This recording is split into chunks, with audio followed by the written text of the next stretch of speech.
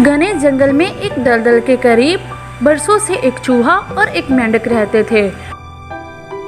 बातचीत के दौरान एक दिन मेंढक ने चूहे से कहा, इस दलदल में मेरा खानदान सदियों से आबाद है और इसीलिए ये दलदल जो मेरे बाप दादा से मिली है मेरी मिरास है।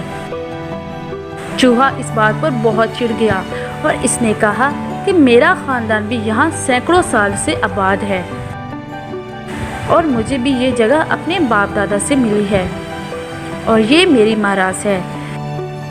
ये सुनकर मेंढक गुस्से में आ गया और तू मैं शुरू हो गई। बात इतनी बढ़ी कि इनकी दोस्ती में फर्क आ गया और दोनों ने एक दूसरे से बोलना छोड़ दिया। एक दिन चूहा वहां से गुजरा तो मेंढक ने इस पर आवाज कसी जो चूहे को बहुत बुरी लगी और इसके बाद चूहे ने ये किया कि वो घास में छुपकर बैठ जाता और जब मेंढक वहां से गुजरता तो इस पर हमला कर देता। कुछ दिन ऐसे ही चलता रहा। एक दिन मेंढक ने कहा, मर्द है तो सामने मैदान में आ ताकि खुलकर मुकाबला हो और तुझे मेरी कुव्वत का पता चले। चूहे ने ये बात कबूल कर ली और दूसरे दिन ही सुबह सुबह मुकाबले का वक़्त मुकर्रर हुआ। मुकर्रर वक़्त पर एक तरफ से चूहा निकला और दूसरी तरफ से मेंढक आगे बढ़ा। दोनों ने एक दूसरे पर ज़बरदस्त हमला किया और फिर ज़रा सी देर में दोनों गुत्थम गुत्था हो गए।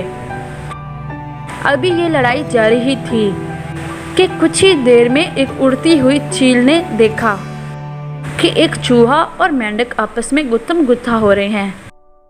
तो चील ने सोचा कि मुझे मेरा शिकार मिल गया है, ये आपस में गुत्थम गुत्था हो रहे हैं, क्यों ना मैं इन्हें अपनी खुराक बना लूं। वो तेजी से उड़ती हुई नीचे आ गई और एक झपटे में दोनों पहलवानों को अपने तेज नोकीले पंजों में दबाकर ले गई। अब ना तो वहां पर चूहा है और ना मेंढक, दलदल अब भी वहां पे मौजूद है। तो प्यारे बच्चों, इस कहानी से हमें ये सबक हासिल होता है कि हमें हमेशा प्यार और इत्तेफाक से रहना चाहिए और हमेशा एक साथ रहना चाहिए ताकि कोई मुखालिफ और दुश्मन हमारा फ़ायदा ना उठा सके। तो प्यारे बच्चों, प्लीज़ हमारे चैनल को सब्सक्राइब करें और लाइक करें और बेल आइकन को ज़रूर प्रेस करें ताकि हमारी हर वीडियो की नोटिफिकेशन आपको मिलती रहे।